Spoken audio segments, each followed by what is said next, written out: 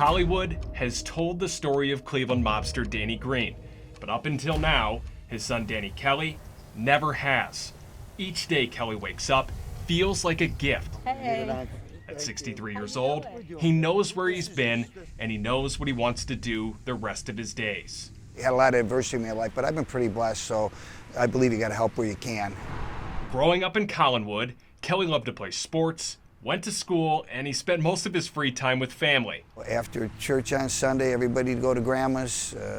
Back then, the beer man would bring 2 cases of Black Label on a Saturday up on a porch and a case of Little Tom's, and everybody would get together. It was a normal upbringing, with one twist, of course. Kelly's father was Danny Greene, one of Cleveland's most infamous mob figures in the 70s. When people hear his name, they think something. When you hear his name, what do you think? He's my father. I had somebody ask me, was your father was Danny Greene? I said, well, my father is Danny Greene. Death can't even take that away, you know? And I love your father, like everybody loves their father. Kelly doesn't share his father's last name. He instead uses his mother's maiden name.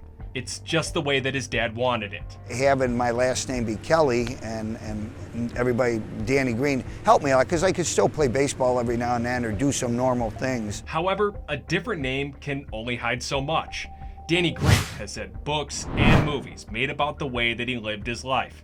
But this was far from a fairy tale story. Probably from about 5th grade until my father went on ahead.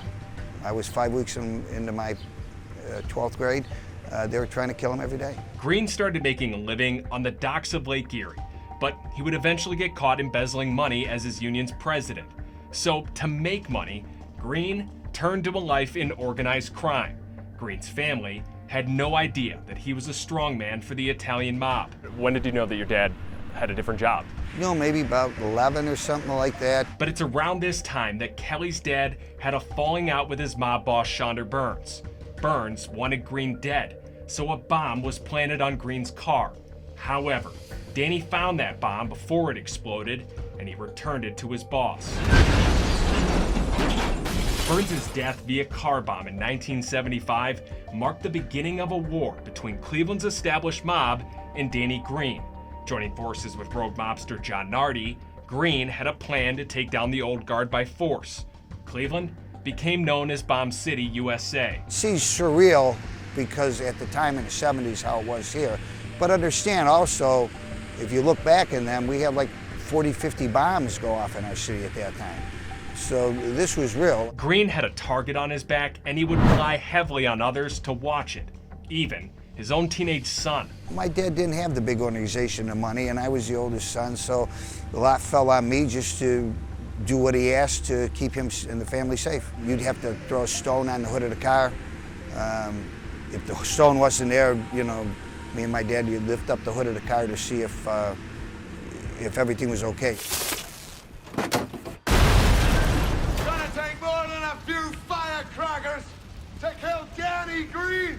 Despite the Mafia's countless attempts to kill Greene, he just seemed to have 9 lives. This Irishman wasn't shy about it either, as heard in this interview with WJW reporter Bill McKay. But I have no axe to grind, but if somebody wants to come after me, we're over here by the Celtic Club. I'm not hard to find. He was cautious and he looked, but you know, it just, if it happened, it happened. He really believed that. The man upstairs pulled the strings. However, Greene knew that his luck would eventually run out. As long as he was alive, there would be people after him. This is where Danny Greene spent his last moments alive. Walking back from a dentist appointment, he was killed by a car bomb that was parked next to his. Danny Jr. was the first from the family to see the aftermath, and it was in this parking lot that Danny Jr. knew he was going to live a different life from his father's.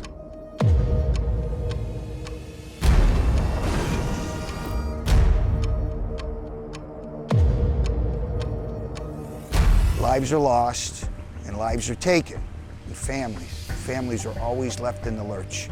Now, I was part of the family, so I know, and it wasn't just my family, it was other people that were taken, their lives lost, their families were left in the lurch, and I just made a decision, I'm just not gonna go that way. Kelly feels lucky to be alive. Life without a father is tough, especially when you become a target of the mob. I mean, I was 17 and I was on the front page of the Plain Dealer. They had me and 5 other, we had a hit on us, you know. You had a hit on you?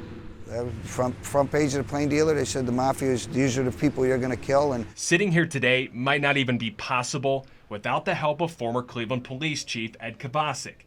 Kovacic told Danny Greene before he died that he would make sure that Kelly didn't end up just like his dad. Ed kept that promise. There are points in your life where you're not that smart, but maybe somebody pushes you down the right path. Ed was one of them fellas for me. You know, I'm sure he told my dad because he was a family man, and my dad really couldn't be the family man, but Ed certainly was. So at the age of 17, Kelly became a union man, helping to build high-rises in the city of Cleveland. Working construction is far from a glamorous lifestyle, but Kelly never had to worry about his car getting bombed. At the time, you're talking about a hit out on you, you're talking about eyes on you if you're ever gonna, seek revenge. Why do you think you never went down that path? Well, my dad asked me not to. He said, take care of your family. My faith was a big part of it. Retiring at a young age, Kelly decided whatever time he had left would be spent giving back. However, a surprise call from City Councilman Brian Mooney last year would put that mission to the test. When I got the call from Councilman Mooney that he wanted to consider me, I was out in Hawaii visiting a friend in the Air Force, and I said, give me a couple days. What Kelly needed to process was what Mooney wanted from him. Mooney represented Cleveland's 11th Ward in City Council, but was stepping down to become a judge. Mooney wanted Kelly to consider applying to be his replacement. I went and prayed on it, and I think there's a lot of people like me that pray on stuff all the time. Maybe they don't openly say it as much, but I've needed prayer my whole life. Kelly, a Democrat, had never held political office before. Just call me. Fellow City Councilman Michael Polenzek knew that he would be the right man for the job. Just a good person, cares about people. And so for the people of Ward 11 on the west side, I don't think you could have picked a better person to represent that community. Ultimately, Kelly was chosen among several candidates to fill Mooney's seat. This new title has taken some getting used to. How weird is it hearing Councilman Kelly? Call my mom, I says, well, I just left, the day's over, I got a parking spot, I got a badge to get out of here, and no one fired me, so I guess I got it, because it just felt surreal, Let's see what it looks like in the back. A lot of mold in there. Despite his humble nature, Kelly has never backed down from a challenge. He managed to raise 4 kids as a single parent, and anything after that feels like a breeze. There's always a way. You can always do it. There's always a way. How's your son doing? He's good. Kelly calls his role in council a blessing. Every day, he gets a chance to help others. The hardest part of the job is being back in the public eye. For over 4 decades, Kelly kept his head down, he kept his thoughts to himself, and he never capitalized on opportunities to make a buck. You've never talked. You've turned down opportunities to be with books, movies.